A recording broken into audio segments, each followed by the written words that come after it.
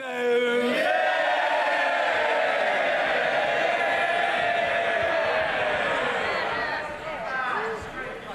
Mr. Speaker, our democracy is a precious thing, and this Parliament is a special place.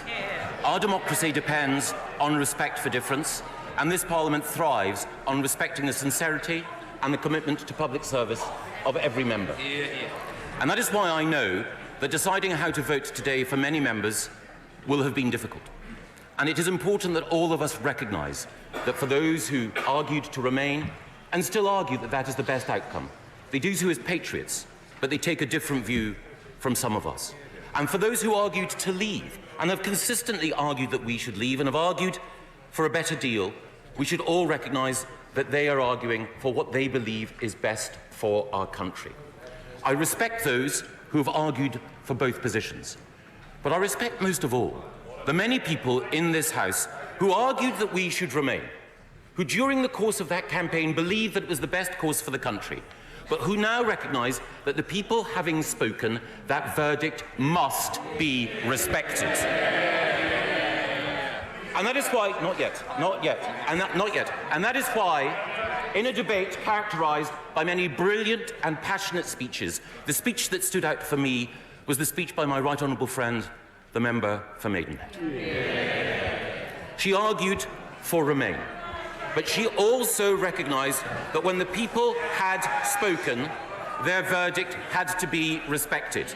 And it is not just on our benches, it is on every bench. Members like the member for Great Grimsby, or the member for Don Valley, or for Rother Valley, they all argued that we should remain. But now they recognise that there is something more precious than being a leaver or a remainer. That is being a Democrat.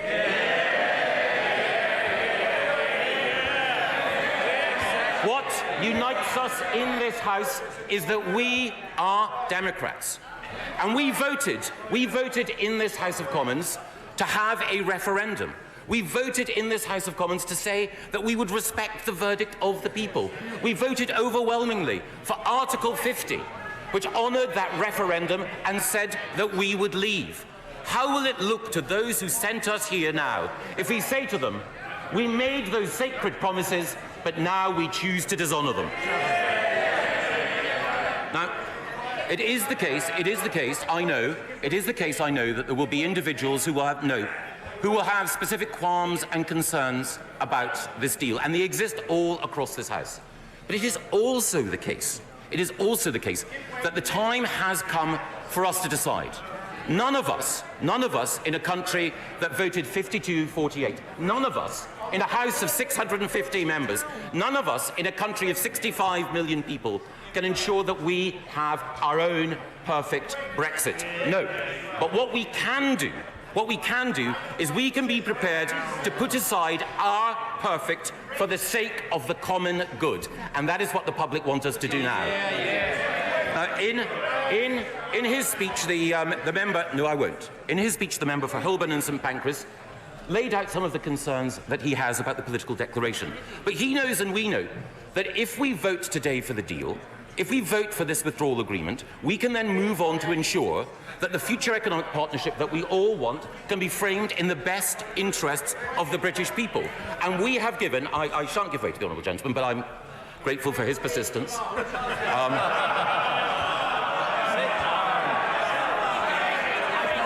We can ensure... Order! The Chancellor of the Duchy is not currently giving way. Mr. Michael Gove. Thank you. Thank you very much, Mr. Speaker. And during that discussion about our future economic partnership, every party in this House, every voice in this House will have equal weight and equal value in making sure that we can deliver a Brexit deal that delivers for the 52 and for the 48. That is our intention. And let me be clear, we on this side of the House, no I shan't and no I won't.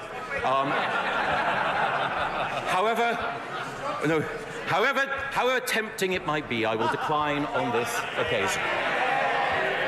Now, the truth is, because no deal can ever satisfy anyone, we could spend all our time searching for that elusive perfect deal. But what would that position look like to the country? What would it look like to all those who have sent us here? What would it look like to the honourable lady's constituents who voted to leave and expected that vote to be honoured. They voted to put trust in this place, to put trust in Parliament, to make a vital decision. If we duck that decision, if we delay, then I'm afraid that people will feel a sense of depression and dismay and demoralisation that the Parliament that they hoped would keep its promises has chosen once again to duck its responsibilities. Now, I am clear also that everyone who has spoken in this debate has spoken from the best of motives, including my right honourable friend, the member for West Dorset, a dear and old friend of mine. But one of the things that I would say to him and to others, and on that point I have to give up. Thank you, Mr. Speaker, to the chance for giving way. Everybody has their beliefs, and everybody does what they believe is right, including our honourable friend, the member for West Dorset. If the bill that follows the meaningful vote were to fail, how would the government avoid no deal before the end of October? One of the things that this government is absolutely committed to doing is making sure that we have a deal. And one of the things that we're also committed to doing is making sure that we obey the law. And one of the things that we're also committed to doing is making sure that we respect the voices of all of those in this House. Let me stay firmly from this dispatch box. This government is committed to ensuring that we have a deal. And the best way of getting that deal, leaving on October the 31st and being able to move on to the other issues which the people in this country want us to discuss, is by accepting the honourable motives of the mover of the amendment, but recognising also that if we accept that amendment, we will not have a meaningful vote today. We will not unlock the door to a deal being passed. We will have voted, I'm afraid, in the terms of that motion, for more delay. And I'm afraid on that basis, I would urge everyone who wants us to honour the referendum mandate to recognise that that amendment, however sincerely it's been put, is unnecessary. What is necessary now is for us to reach a moment of decision.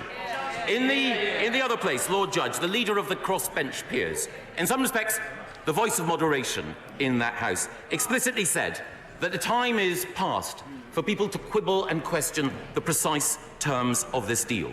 He said, a former Lord Chief Justice, that Parliament needs to get on with it. Otherwise, there will be profound damage to public confidence in this place. And that is the question that every member of the House must ask.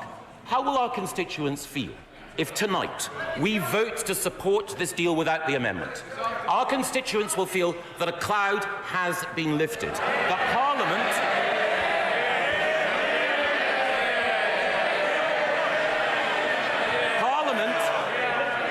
has listened to them with respect, that the vote in 2016 that we promised to honour has, after 3.5 years of deadlock and division, been honoured by a House that at last is ready to unite. And that is the choice that faces us all. Because if we don't vote for this deal unamended, then I'm afraid that all of those who send us here watching our deliberations will say that Parliament has failed to meet the moment. Parliament has failed to rise to the occasion. Parliament has failed to ensure that an important democratic vote, the most important vote with the greatest number of votes cast for any proposition on our history, will be delayed, will be dishonoured, and will not be delivered. And that is why I urge everyone in this House to recognise our first duty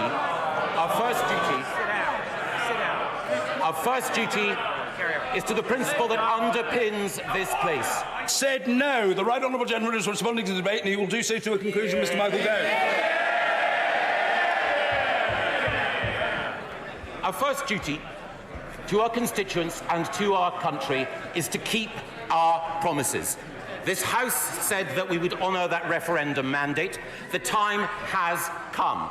And the question that all of us must answer when we return to our constituencies is, did you vote to break the deadlock? Did you vote to end the division of these days? Did you vote to bring the country together? I know that members across this House will support the government this afternoon to do just that.